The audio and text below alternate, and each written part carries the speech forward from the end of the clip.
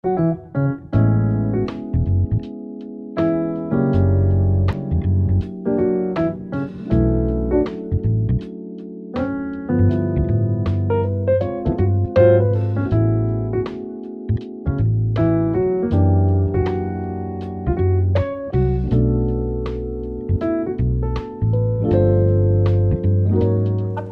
siang, Assalamualaikum warahmatullahi wabarakatuh. Balik lagi kita ada di Jare Podcast bersama Mas Arif dan Mas Umam. Mas Arif ini adalah salah satu penggiat batik di Pekalongan dan tergabung di forum PCCF Pekalongan Creative City Forum. Mas Arif ini juga salah satu anggota pecinta batik Pekalongan ya? Iya. Oke, dan Mas Umam adalah pelaku batik generasi milenial. Kegiatan kesehariannya membuat gambar motif batik. Iya. Oke, masih aktif ya Mas dalam kegiatan muda batik di Pekalongan? Ya, alhamdulillah. Oke, sehat-sehat ya Mas Arif, Mas Umam. Saat ini kita lagi ada di Oji Cafe dan kita dapat ini nih, apa namanya? Gorira Golden Latte, signature-nya dari Oji. Sok Mas kalau mau diminum? Oke. Iya, sambil ngobrol ya. Nyantai aja ya. Nyantai aja. Panas-panas ya Mas ya, jauh-jauh main-main ke Oji. Oke Mas, sambil nanya nih, Mas Arif bisa cerita gimana sih awal mula batik Pekalongan? Awal mulanya zaman dulu ya. Dari zaman dulu mungkin sampai perkembangan Nikmati ini dulu nih. Enak juga sih. Enak ya? Rekomen lah. Oji Coffee rekomen nih katanya. Oh iya, awal mula perkembangan batik Pekalongan dari zaman dulu sampai sekarang tuh gimana Mas? Perkembangannya ya masih berjalan sesuai harapan kita ya. Walaupun memang dari sisi motif ya itu aja karena Pekalongan tidak punya motif. Cuman kalau dulu dari sisi pembayarannya sih lebih enak dulu karena cash money ya. Sekarang pakai giro, pakai kalau zaman konsinyasi. sekarang lebih banyak pakai giro gitu konsinyasi ya? Jadi kalau laku dibayar. Terus kalau makna batik nih menurut Mas Umam nih. Mas Umam tuh kan kita tahu ya bikin desain gambar yang pakeman bikin ya Mas ya? Pakeman bikin, terus yang zaman sekarang kontemporer bikin juga ya Mas, macem-macem ya, unik ya. Luar biasa Mas Umam ini, makanya aku penasaran Mas, mungkin teman-teman dari podcast juga penasaran nih, makna batik menurut Mas Umam sendiri itu apa? Ini dalam nih. Ya, cocok ya, suka nih, suka nih aku. Bicara batik kan, tiap prosesnya dari mulai desain, dari proses pembatikan, Warnaan. sampai pewarnaan, sampai bahkan penjemuran ya, sampai hasil akhir kan finishing batik itu, semua orang prosesnya ini pakai rasa, iya kan? Dari mulai desain kayak, misal contoh aku sendiri ya, desain kita emang butuh apa ya? Butuh waktu, terus butuh pikiran ya kan? Ya pembatik sendiri kan mereka juga pakai rasa juga kan ketika emang butuh tenang ya kan, butuh relax, nggak bisa apa ya jadwal mahal gitu itu nggak bisa karena ya itu karya seni tinggi kan ya. Di batik tuh ya seperti itu. Terus ya berkembangnya zaman kan, kebutuhan sekarang batik sendiri udah jadi kebutuhan primer yang dulunya karya seni, ya kan? Sekarang orang apa-apa cari batik nih. Batik, iya. Kondangan pakai batik. Gitu. Semua pakai batik. Cara pakai batik gitu. Apalagi ya itu filosofi yang seiring berkembang zaman kan, motif-motif yang memiliki arti, filosofi kan. Sekarang orang udah nggak mikir itu. Tergeser. Tergeser karena perkembangan mungkin ya maksudnya. karena perkembangan terus Pasar itu, juga pasar menilai. juga sih kebutuhan. Kita kadang ya nggak tahu. Yang penting batik, Yang penting ya kan? batik, ya. Ini kita pakai, misal buat apalagi kita nih, batik bisa buat istilahnya nyangkul, bisa ya kan? Iya. Bisa buat hajatan, bisa buat tahlilan, bisa buat apa Buat aja. ibadah juga. Ibadah juga. Tapi kadang orang asal milih motif. Iya sih Iya kan? Mas. Motif ini yang kalau yang dulunya nih, dulunya memang benar batik, ada motif-motif tertentu yang dipakai buat ya acara-acara tertentu gitu ya. Iya. Iya. Sekarang ya berkembangnya zaman, tapi ya itu karena di Pekalongan kan, kalau batik yang biasanya kan mengandung filosofi tinggi itu batik motif pedalaman. Keraton. Pedalaman tuh. Keraton. Oh, Jogja. Keraton Solo Jogja. Iya. Itu pemakaiannya pun nggak bisa sembarangan Nggak ya. bisa sembarangan. Ada itu ada beberapa yang dipakai ritual-ritual. Itu kalau Pekalongan kan kita bebas ya. Apa aja bisa digambar batik. asal- Contoh kayak lukisan ini pun bisa gitu ya, kita Bisa. pengen mau bikin. Iya. Oke. Proses. Cuman bedanya batik sama lukisan itu yang digores itu malah nggak keluar warna. Kalau lukisan yang digores keluar warna. Iya. Perbedaannya di situ sih. Oke, berarti apa yang dibikin nih karena ditutup sama malam itu Iya, justru malah yang justru yang dilukis nggak kena tidak warna. keluar warna. Beda sama lukisan ya Mas ya. Iya. Kalau makna batik sendiri menurut Mas Arif nih, ini biasa nih. Kalau batik Seneng. itu maknanya sih sebenarnya apa ya? Itu warisan budaya ya. Apalagi UNESCO sudah menetapkan bahwa batik itu warisan budaya tak benda. Prosesnya yaitu perintangan lilin panas dengan menggunakan tangan. Itu proses sih sebenarnya. Itu lebih ke proses Iya. ya. Itu proses. Tapi orang-orang awam melihat batik itu masih banyak yang melihat motif, Motifnya. bukan karena proses. Ya, kalau kita mengacunya ke batik itu ya juga macam-macam sih. Ada Iya. itu filosofi untuk batik itu ada. Mungkin zamannya Wali Songo akhir muncul tikba jadi batik. Itu gimana tuh Mas? Jadi lagi. kalau tikba itu titik bak sebenarnya. Bak itu dari kata bismillah. Bak awalnya bismillah. Bismillah berkembang itu dari penjabaran bismillah itu akhirnya berkembang ke Al-Fatihah. Juga berkembang lagi ke surat Yasin, berkembang lagi ke Al-Qur'an yang lebih luas lagi. Jadi itu ranahnya para wali lah katanya. Juga di batik, di balik juga ada sangkut pautan dari tikba itu kembali ke kitab. Kalau di balik batik itu jadi kitab. Batik. Jadi Tulisan batik itu kalau dibalik Jadi butuh apa ya, belajar terus di dalam batik. Tidak ada titik yang Iya. mencapai. Gitu ya. Karena ketika misal batik dibalik menjadi kitab dan kita tahu nih kain itu diciptakan dengan rasa, itu kan berarti ada sesuatu ya. Iya. Biasanya seseorang menciptakan Ada pesan-pesan kain di batik situ. itu pasti ada Pesan-pesannya. pesannya ya. Hmm. Oke, dalam juga ya Oh, Mas. iya. Iya. Maksudnya, aduh kayaknya buat anak muda gitu sayang banget gitu ya Iya. kalau misalkan kita nggak pernah pengen tahu, minimal kita tahu atau mau tahu lah, Tahu. minimal buat oh ternyata ada motif ini yang ceritanya kayak Iya. gini gitu ya Iya. Mas ya. Itu juga Jadi batik yang seperti dikatakan Mas Umam itu juga rasa ya. Cara coba melihat para pembatik itu mesti kain kayak gini. prosesnya. Kalau mau dibatik mesti diangkat didekatkan dengan hati, Iya. di soul, Misal ini nih, jiwa. mau batik ya. Batik itu jiwa. Iya Gitu. kan, mesti dideketin kayak gini. Nggak Lebih sembarangan keras. juga ya Mas. Iya. Menurutku kita nih anak muda itu terlalu kayak udah banget buat terpengaruh sama budaya-budaya budaya luar nih Iya.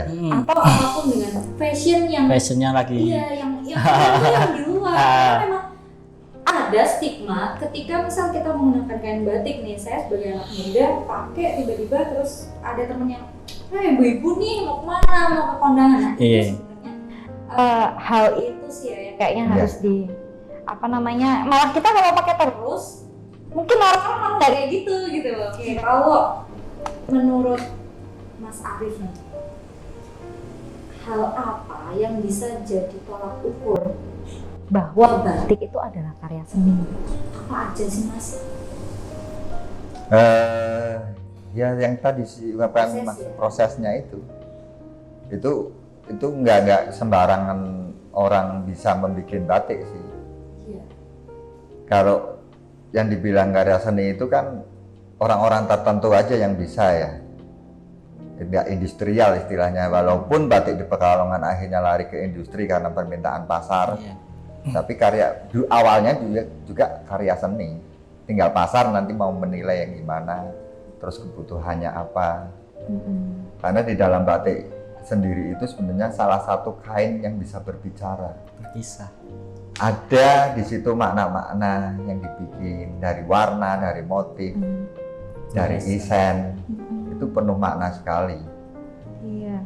Jadi tidak seperti kain-kain yang maaf ya printing itu kan Tekstil istilahnya. Ya, Tekstil apa-apa. banyak lah. Sebut aja, sebut. kayak gitu. Iya, Ya sebenarnya sah-sah saja sih nggak apa-apa. Cuman kalau mau membeli batik ya proses Batik. dengan Iya, motif. ketika Kita kita bicara- berbicara batik, batik adalah proses, beli batik Itu yang harus berproses proses. ya. Dan sebenarnya anak muda itu bisa menciptakan seperti yang tadi dibilang Nabila ya, dia suka produk-produk luar. Tapi kalau orangnya kreatif sebenarnya bisa dikombinasi itu dengan batik, entah itu dengan tenun, yang benar-benar produk asli Indonesia. Gimana caranya bisa mendunia? Maksudnya kita juga kalau misalkan Kita bicara motif itu juga bisa buat jadi tolak ukur karya seni nggak Mas? Kayak misal kita tahu nih bahwa Hokokai itu kan akulturasi budaya Pekalongan dan Iya, Jepang. iya. Gitu. Nah di situ kan ada storytellernya nih, ada cerita yang bisa diangkat. Itu bisa nggak sih Mas buat dijadiin apa ya, suatu hal yang bisa menaikkan value dari kain itu sendiri? Bisa sih, Bisa sebenarnya ya? bisa. Tinggal kita mengolahnya ya, menarasikan. Dan kita memang kita itu lemah batik dalam narasi, itu lemah sekali. Mungkin kalau ada anak muda yang bisa menarasikan, bisa seperti misal ya kayak di Vietnam, Thailand, itu tuh dia menjual produk narasinya kuat sekali, walaupun narasinya itu cuman apa ya, ngarang-ngarang sendiri ya. Tapi menarik, orang akan datang gitu kan. Pasti sih Mas, karena ya pada dasarnya manusia tuh suka didongengin ya. Suka didongeng. Suka didongengin kayak wayang gitu pun Iya. kan awalnya juga karena memang kita suka dilelo-lelo gitu ya Mas Dan ya. batik itu sebenarnya tutur, bisa Mm-mm. di situ, kuat di situ. Cuman emang agak sayang ya ketika misal nggak ada storytellernya Iya. gitu. jadi ya kayak ya udah Orang taunya kain-kain Kain, aja kain, gitu. Kayak aja. Kalau menurut Mas Umam nih, itu dia tadi, apa aja sih yang bisa dijadiin tolak ukur bahwa batik itu tuh seni? Kalau anak muda tuh biasanya tuh lebih liar gitu loh. Wah ini bisa nih karena aku pakai warna yang ini gitu kan. Apapun Mas, coba jelasin ke kita. Kalau ke karya seni, ya itu kembali ke tadi, karena tiap prosesnya kita pakai rasa ya kan. Pada akhirnya kan ya itu kembali menjadi karya kan, karya seni. Cuman banyak kan setelah berkembangnya zaman ya kan, akhirnya orang udah nggak mandang karya seni di sebenarnya batik ya kan. Karena itu tadi Melihat ke motifnya kan. melihat motif. Kalau ini sih ya, apa ya, batik, kita bahas batik tuh nggak ada selesainya. Nggak ada selesainya Nggak ada Mas. selesainya. Ini kalau nggak ada podcast aja kita sampai subuh Karena juga. rasa ya, Mau, karena rasa curhat Nggak gitu. selesai. Iya. Terus apa ya? Itu tadi berantai, nggak bisa dikerjakan satu orang sendiri. Misal saya sendiri, saya bisa batik, saya tahu warna, tapi itu kayaknya nggak mungkin saya bikin Tidak sendiri. memungkinkan ya? Dari mulai motif, dari mulai batik. Oke. Karena udah ada apa ya? Ruangnya Rulesnya, masing-masing, udah ada aturannya. aturannya masing-masing. Nah, kalau pembatik mereka kaya di desain, ya kan macam-macam tuh desain. Jadi Nah, langsung improve aja desain, gitu ya Mas langsung. ya. Kalau ini misal bagusnya pakai desain misal beras tumpah, misal kalau tanahan ini bagusnya pakai itu mereka. Berarti beras tumpah tuh yang gimana tuh Ya Mas? kayak beras. Oh gitu. Beras. Berarti sah-sah aja nih Mas ketika misal aku bikin batik, moodku lagi nggak enak nih, lagi marah nih. Kan kalau di semiotika itu kan marah itu kan merah ya. Iya. Aku bikin batik warna merah karena aku lagi marah. Terus motifnya abstrak terserah itu boleh ya Mas? Boleh. Iya sah. boleh. Nah. Tapi kalau di batik kayaknya yang maksudnya yang saya jalanin ya, ya. ketika marah kosong nggak bisa saya bikin motif ketika saya lagi marah. Beda Batik sama apa? lukisan ya. Iya. Kalau lukisan abstrak beda Beda. ya. Abstrak kan Iya. terserah mau dia. Jadi batik tuh kita bicara batik kayak kita bicara cinta. Iya nggak bisa pakai ego, nggak bisa. Mas, aku tuh pengen nanya ya, kalau kita ngobrolin batik, sekarang tuh arahnya udah ke industri.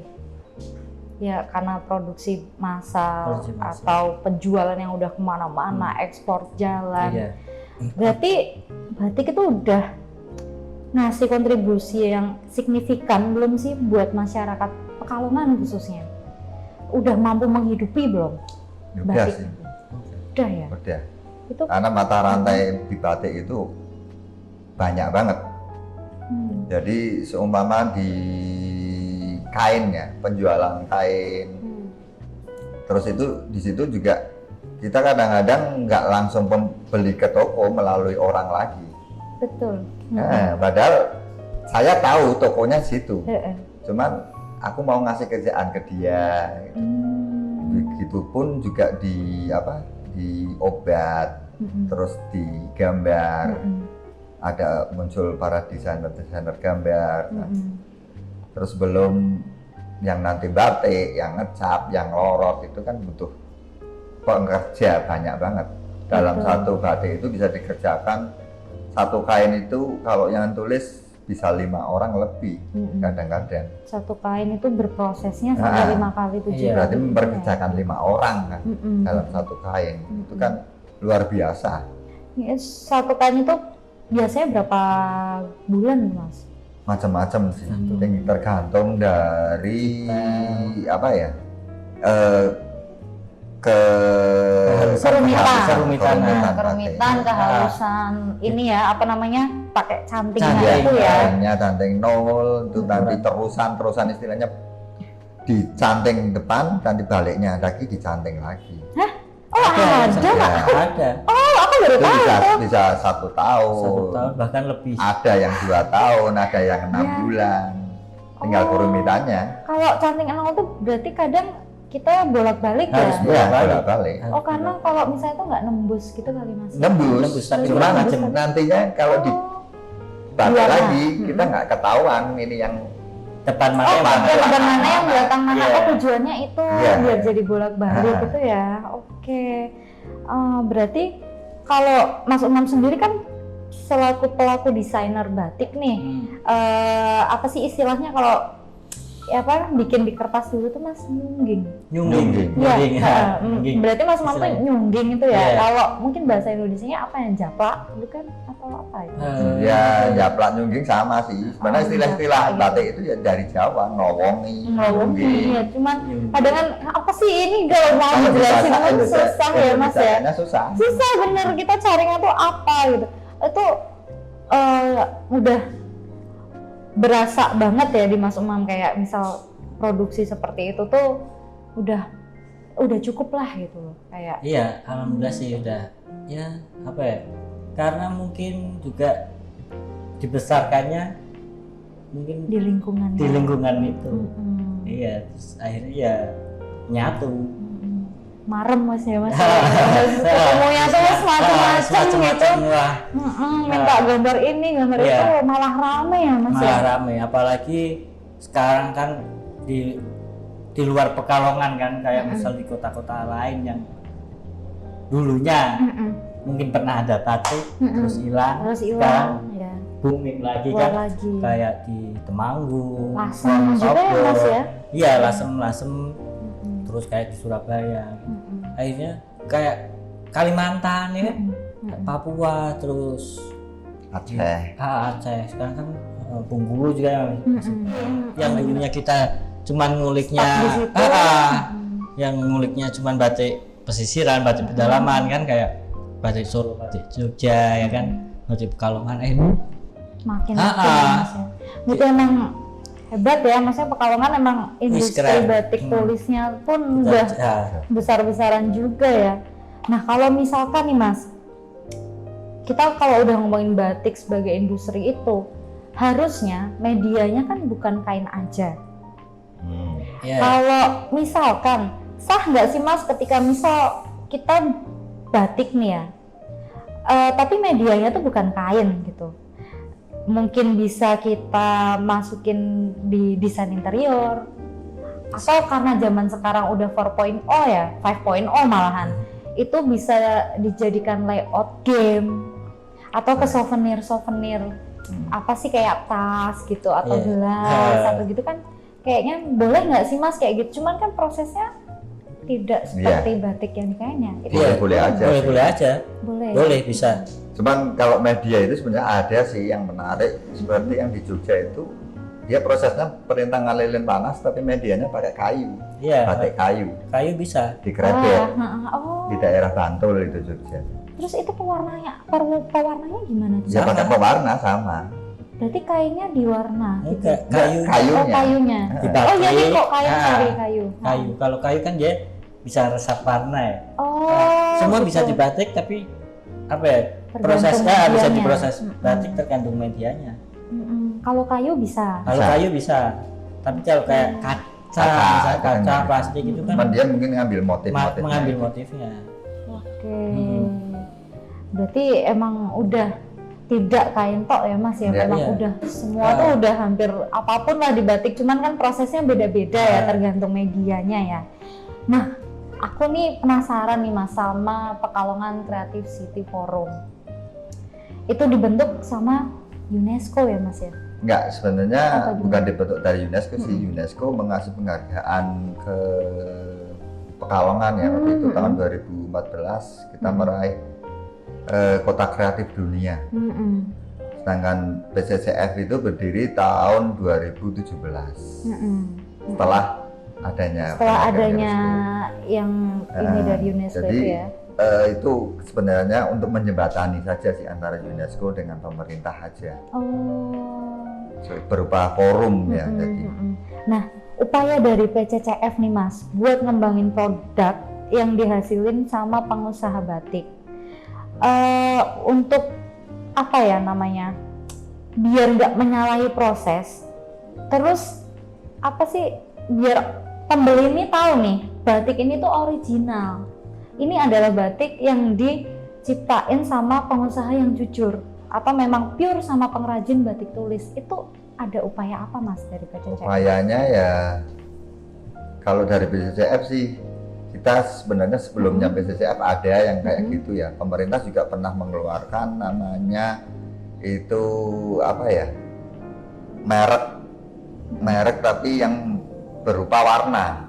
Jadi merek-merek perusahaannya masing-masing. Kalau warna emas itu berarti batik tulis, warna perak itu batik cap, warna perunggu, nanti perunggu itu abu-abu ya, itu berarti berupa batik cap dan kombinasi tulis. Oh, Gitu. kayak hologram gitu. Kalau Mas? hologram itu yang inisiasi sebenarnya ASEPI. Kan itu kan ya, ASEPI pernah menginisiasi itu. Cuman berjalannya waktu kita sebenarnya mau mengajarin bahwa kalau di hologram itu berdagang secara jujur. Itu aja. Sportif. Yang ditempel hologram itu ya memang batik-batik yang proses itu yang tadi saya sebutkan itu. Cuman Masih jalan nggak tuh Mas? belum jalan. Oh belum jalan. Kembali lagi ke kesadaran masing-masing. Itu yang susah ya Mas Iya. ya. Kadang ngumpulin para pengusaha-pengusaha ini tuh juga wah luar biasa. biasa. Mereka sibuk, waktunya nggak ada. Berarti belum jalan, tapi memang rencana bakalan dieksekusi nggak tuh Mas? Sudah pernah dieksekusi. sudah? Cuman yang mentok di situ mungkin kita butuh apa ya, dukungan satu dari pemerintah, kedua harus punya apa badan untuk Mengatur. mengatur itu.